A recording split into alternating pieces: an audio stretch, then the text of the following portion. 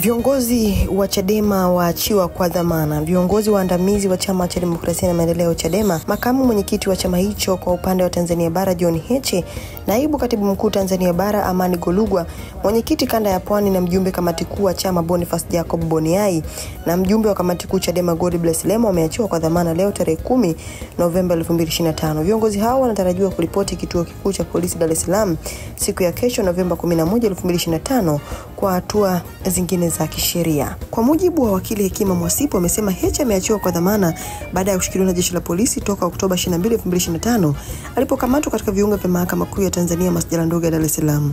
Heche ameachiwa pamoja na viongozi wengine wa chama hicho akiwemo nadhani tayari nimekwisha kuwataja. Viongozi wote hao wameachiwa katika kituo cha polisi cha Oysterbay jijini Dar es Salaam. Nini maoni yako? Hii ni VOT Media. Sisi tumechangamka. Hii ni breaking news. Sisi ni VOT Media, tumechangamka.